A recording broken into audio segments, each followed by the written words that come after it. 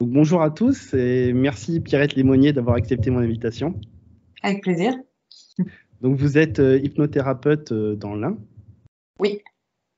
Voilà, donc aujourd'hui on va parler hypnothérapie et onychophagie. Oui. Donc la première question que j'ai pour vous, c'est en quoi consiste donc l'hypnothérapie? D'accord, ok.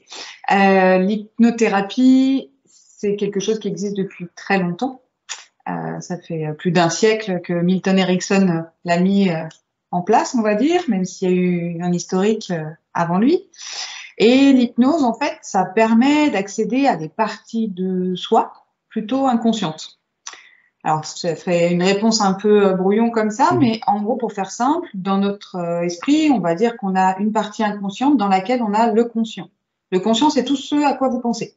Dès que vous avez une pensée, dès qu'il se passe quelque chose dans votre cerveau, dont vous en avez conscience, c'est la partie consciente. Et l'inconscient, c'est tous les automatismes. Donc, c'est conduire une voiture une fois qu'on a eu son permis depuis quelques mois ou années. On conduit en pilote automatique. On n'a pas besoin de réfléchir à ce qu'on est en train de faire. Ça, c'est l'inconscient qui pilote. De la même façon, quand on a des habitudes bonnes ou moins bonnes, c'est l'inconscient qui pilote, en fait, qui a pris l'habitude de faire telle ou telle chose, bien ou moins bien, en fonction. Ça répond un peu à vos interrogations sur l'hypnose? Oui, j'imagine qu'en neurologie, en fait, le cerveau, il crée des sortes de raccourcis, c'est ça, des schémas, des circuits qui vont nous permettre d'économiser de l'énergie. Ouais, comme la respiration, enfin tout ce qui est vital, par exemple. C'est ça? Totalement, c'est ça. Okay. Notre inconscient, il est là pour gérer toutes ces parties-là, effectivement. D'accord. Donc, en fait, vous, dans vos séances, vous allez plonger dans cet univers de l'inconscient. Oui, en fait, on va dialoguer quelque part ou envoyer des messages à l'inconscient pour modifier des comportements qu'on souhaite modifier. Alors bien sûr, toujours avec l'accord de la personne. Je ne vais rien modifier si on ne me l'a pas demandé. Et puis de toute façon, ça ne fonctionnerait pas. Donc voilà, mais oui, c'est l'idée. Donc en fait, vous allez quelque part reprogrammer cet inconscient. Ouais, c'est un peu ça, effectivement. D'accord. Ouais. Et pour accéder à cet inconscient, donc par quelle porte vous allez passer? Par la détente, en fait, tout simplement, par quelque chose qu'on connaît tous très bien, donc qu'on appelle l'hypnose. Et c'est un état que vous connaissez, même vous, naturellement. Je donne souvent cet exemple de la conduite. Je reviens à ma petite voiture quand on a appris à conduire, etc. On est à l'aise sur la route, on fait un chemin point A, point B, et puis on arrive au point B, on se dit mince, j'ai tourné à droite là ou je suis passée par où? Et on s'en souvient plus vraiment. Parce qu'en fait, à ce moment-là, ce qui s'est passé, c'est le conscient est parti se promener dans ses pensées. Vous êtes parti en vacances ou en train de penser à la baguette de pain qu'il faut acheter. Et en même temps, l'inconscient pilote.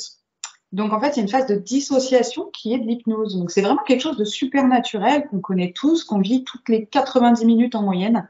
Et en hypnothérapie, le but, c'est de reproduire, en fin de compte, ce qu'on connaît déjà.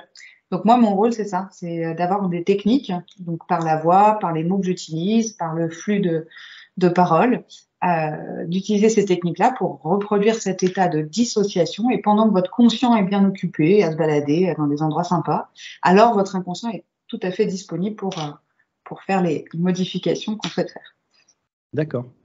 Donc, est-ce que vous allez utiliser une sorte de script ou enfin, je veux dire que vous avez peut-être une méthode, mais vous allez l'adapter en fonction de la personnalité. Exact. En fait, il y a plein de protocoles qui existent en hypnose. Hein. Il y a beaucoup de choses qui ont été effectivement mis sous forme de script. Et après, le plus important, c'est de coller à la personne qu'on a. Moi, je questionne beaucoup les personnes qui viennent me voir. Il y a une grande partie de discussion avant la partie hypnose. C'est mon choix. Tous les thérapeutes ne fonctionnent pas forcément de la même façon. Moi, j'aime bien le faire comme ça parce que je trouve que c'est important de connaître un peu la carte du monde quelque part de la personne que j'ai en face de moi pour répondre au mieux à sa demande et puis pouvoir voilà, coller à la personne qu'elle est. Voilà, tout simplement. Et pas coller ma carte du monde sur cette personne-là. Oui, bien sûr. Parce que oui, j'imagine que le taux de chance de réussite, en plus, serait plus faible. Oui. Ça serait pas très cohérent, quoi, quelque part. Tout à fait. D'accord. Exactement. Et justement, alors là, on s'approche justement de la séance. Comment se passe une séance, par exemple, au premier rendez-vous? Qu'est-ce que vous allez faire?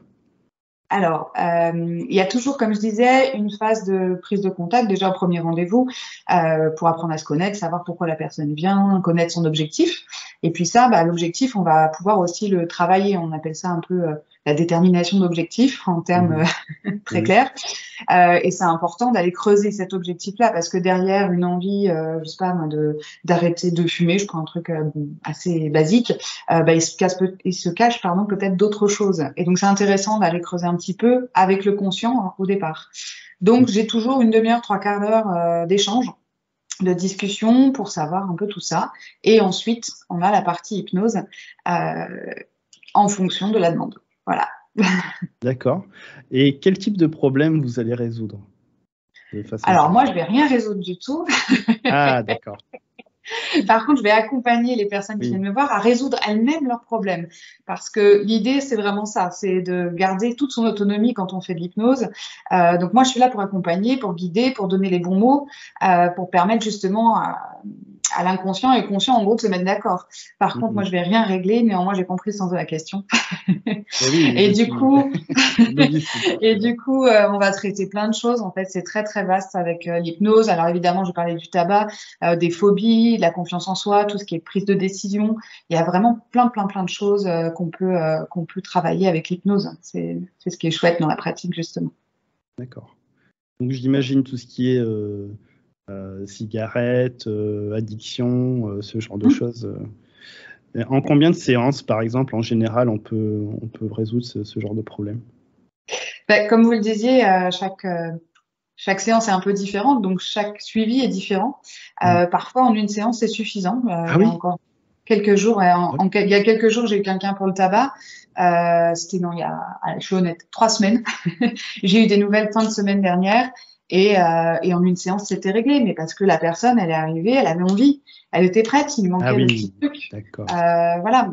Dans le cas du fait de se ronger les ongles, c'est un peu la même idée. Si la personne vraiment, elle en peut plus de cette chose-là, qu'elle est convaincue que ça peut changer et qu'elle est là pour ça, ça peut aller très très vite en 1 ou 2 séances. Après, en moyenne, on est sur des suivis entre 3 et 5 séances, grosso modo. Mais c'est vraiment en fonction de la personne. À chaque fois, comme je propose toujours une 2e séance, on la maintient pas, peu importe, mais au moins elle est fixée. Et puis on fait un point sur tout, de savoir comment ça a évolué. Et si tout est OK, parfait, quoi. En une séance, c'est fait, tant mieux. Mais si c'est en 5, c'est en 5, et puis c'est comme ça.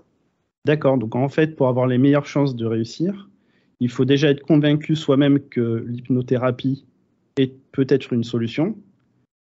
C'est mieux, oui. Que évidemment, le contact avec vous aussi passe bien, parce qu'on a tous des personnalités différentes. Complètement. C'est la base. Donc en fait, ce premier rendez-vous, c'est vraiment crucial, quelque part. Ouais. Ah oui, tout à fait. Ouais. C'est important que les gens se sentent en confiance. Vous avez soulevé quelque chose de très, très important, effectivement, et c'est aussi une partie de la réussite de l'accompagnement, une grande partie. D'accord. Très bien. Alors justement, quand vous faites votre séance, est-ce que les gens, comme j'ai vu parfois dans des vidéos, sont dans une phase où ils sont comme endormis? Vous voyez ce que je veux dire? Ah ouais, je vois bien. C'est l'impression que ça peut donner vu de l'extérieur, parce qu'ils sont détendus, en fait. Ils sont détendus, ils sont tranquilles, ils sont posés sur un fauteuil ou sur une table, enfin, peu importe le contexte. Donc oui, ça donne cette sensation vu de l'extérieur. En vrai, pas du tout. Ils dorment pas, ils sont plutôt hyper conscients que inconscients. Ah oui, d'accord. Donc en fait, c'est juste une vision de l'extérieur. Ouais. D'accord. Donc on a les yeux fermés, quoi. C'est ça. C'est ça. En fait, on ferme les yeux parce que c'est souvent plus facile comme je dis, j'ai une petite phrase que j'aime bien, c'est plus facile de voir à l'intérieur de soi quand on a les yeux fermés, on n'est pas pollué par tout ce qui se passe autour. D'accord. Ouais. Donc vous invitez la personne à fermer ses yeux. Elle peut choisir de ne pas le faire aussi. Ah, elle peut choisir aussi de ne pas le faire. J'en ai quelquefois, qui ne ferment pas les yeux, mais qui restent focus en fait. C'est une forme de d'hyperconcentration du coup. Voilà. Et j'ai des personnes qui font ça. Donc en gros, c'est comme ce qu'on voit à la télé, avec par exemple Mesmer, qui est assez connu. Il fait des choses incroyables aux gens. Alors en thérapie, c'est pas nécessaire de faire la poule sur une scène. Donc je le fais pas. Ça rentre pas dans mon éthique non plus. Donc je non, bien sûr. Mais ça pourrait être dans votre. Ça pourrait, oui, bien sûr. J'ai été formée à l'hypnose de spectacle aussi, et oui, je peux le faire. Mais c'est pas du tout. Bien sûr. pas l'objectif d'une séance. Bien sûr, j'imagine. Après, si je peux me permettre, du coup, on se pose souvent la question, hypnose de spectacle, c'est pas vraiment l'hypnose. Il y a des personnes qui sont dans le public en tant que volontaires, entre guillemets, choisis d'avance et des choses comme ça. Ce qu'on voit en hypnose de spectacle, c'est réel, ça se passe vraiment. Rarement, il y a des complices, en fait. Tout ce qu'on voit est vrai. La sensation qu'on ressent en hypnose de spectacle ou en hypnose dans le cadre d'une thérapie, c'est exactement pareil, en fait. C'est la même hypnose. C'est juste le but qui n'est pas du tout le même. Bien sûr. Voilà. D'accord. Alors, on a donc parlé de façon générale de l'hypnose. Maintenant, on va parler plus précisément de l'onychophagie. Oui. Est-ce que vous pouvez nous expliquer, grosso modo, qu'est-ce que vous allez faire avec une personne qui, comme moi, se ronge. Enfin, moi, je me rongeais parce que maintenant, j'ai réussi à passer outre. Comment vous allez faire? Enfin, voilà, c'est ça qu'on voudrait savoir. Okay. Alors, au vu des réponses précédentes, vous allez vous doutez peut-être que je ne vais pas pouvoir forcément répondre à cette question puisque je vais faire en fonction de ce que la personne m'amène. Voilà. Mais par contre, je peux déjà, voilà, l'important, ça va être de cerner le problème, la problématique plutôt, de comprendre les mécanismes qui se jouent, vraiment questionner sur les habitudes du fait de se ronger les ongles, depuis combien de temps, dans quelles conditions, est-ce que c'est tout le temps, est-ce qu'il y a des moments où ça n'arrive pas, voilà, et puis permettre aussi déjà au conscient de laisser la porte s'ouvrir vers l'inconscient, c'est-à-dire d'accepter que c'est possible de changer. Donc voilà, de pouvoir modifier un comportement.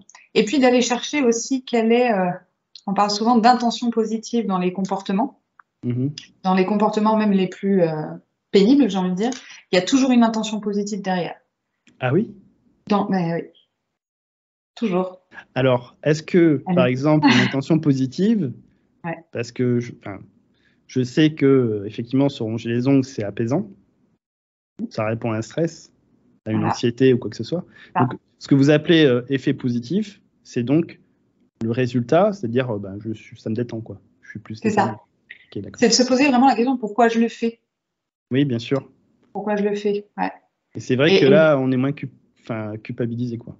Oui. Et d'isoler, finalement, le but, ça va être d'isoler quelque part dans la partie inconsciente l'intention positive, donc le fait de se détendre, de s'apaiser, d'avoir. Alors, les ongles, c'est souvent lié à la confiance en soi, mais bon, voilà, et les émotions. Je comprends. Voilà. Donc, d'aller isoler en fait ça et de modifier le comportement, de trouver un comportement beaucoup plus adapté, beaucoup plus écologique pour la personne et son environnement. Ah, et son environnement. Donc, ça concerne les proches aussi. Ah ben, c'est important. Quand on modifie quelque chose en soi, le but, c'est pas... En fait, si on modifie quelque chose en soi et que ça vient impacter son environnement proche, son mari, ses enfants, son père, sa mère, peu importe, ça peut ne pas être accepté, ça, par l'inconscient. Ah, d'accord. Il peut y avoir des conséquences. Donc, c'est important que ce soit écologique. Quand je parle d'écologie, c'est pas la nature, même si j'aime beaucoup, mais c'est l'écologie de la personne. Il faut le respecter aussi. C'est systémique, quoi, on va dire, aussi. Exactement. Tout à fait, c'est le bon mot. Okay. Ah oui, d'accord. Ah ben, j'imaginais pas que effectivement vous preniez en compte l'environnement quelque part de l'individu. D'accord. Ouais, tout à fait. Alors, je sais qu'il y a beaucoup de gens qui, par exemple, vont tomber sur cette vidéo et vont se dire, mais moi j'ai du mal à y croire. Ouais. J'y crois pas. Je pense que c'est voilà. Qu'est-ce que vous pouvez dire à ces personnes? Alors malheureusement pas grand-chose parce que je suis pas là pour convaincre. C'est à eux de faire des recherches et de s'en convaincre eux-mêmes. En fait, c'est la meilleure chose à faire, je dirais. C'est pas. Alors l'hypnose, faut savoir que c'est pas c'est pas un don. Donc il n'y a pas de raison de croire ou de pas y croire. On y vient. Ça c'est intéressant. On n'avait pas dit ça encore. Oui, bien sûr. C'est une technique, c'est vraiment une manière de travailler dans l'accompagnement individuel des personnes. Donc il n'y a pas de, enfin, je vais presque dire, je veux pas dire c'est scientifique parce qu'on pourrait me contredire peut-être. J'ai pas assez de connaissances scientifiques sur ce domaine-là, mais en tout cas, c'est vraiment de la technique. C'est par cet accès, on peut faire telle et telle chose. C'est pas du magnétisme, etc. Même si ces pratiques sont très bien aussi, mais voilà, c'est vraiment, il n'y a pas de croyance derrière. Voilà. Oui, donc oui, ça répond à un schéma, d'accord, qui est plutôt scientifique. Oui, D'accord. Bon, bah, très bien. Bah, écoutez, ça pour moi, va? on a Ça fait le répond tour. à vos questionnements? Oui, oui, ça répond à mes Ouais, questionnements. super. Voilà. Bah, écoutez, je vous remercie beaucoup pour cet Avec entretien. plaisir. Et puis, en espérant que ça puisse apporter voilà, de l'eau au moulin dans la problématique. Et puis, qu'il y a des personnes qui pourront peut-être consulter quelqu'un qui peut les accompagner. Voilà, Bien sûr. pour ça. Alors, je rappelle aux gens qu'il est possible de vous contacter, enfin, de faire des séances Oui, en ligne par tout à fait. webcam interposée. Exactement. Est-ce que vous pouvez nous dire comment est-ce qu'on peut vous joindre? Eh bien, tout simplement, j'ai mon site internet, pierrettehypno.fr. Et puis après, vous me retrouvez sur les réseaux sociaux, Instagram et Facebook essentiellement. Voilà. D'accord. De toute façon, je mettrai les liens Ouais, dans merci. la description de la vidéo. Et avec plaisir, enfin voilà, si les personnes veulent avoir des infos, moi, si je peux, en tout cas, je réponds. Voilà. D'accord. Écoutez, n'hésitez pas donc à écrire dans les commentaires et Pierrette vous répondra avec plaisir. Ça marche. Merci beaucoup. Merci beaucoup. Bonne À journée. bientôt. Bonne journée. Au revoir.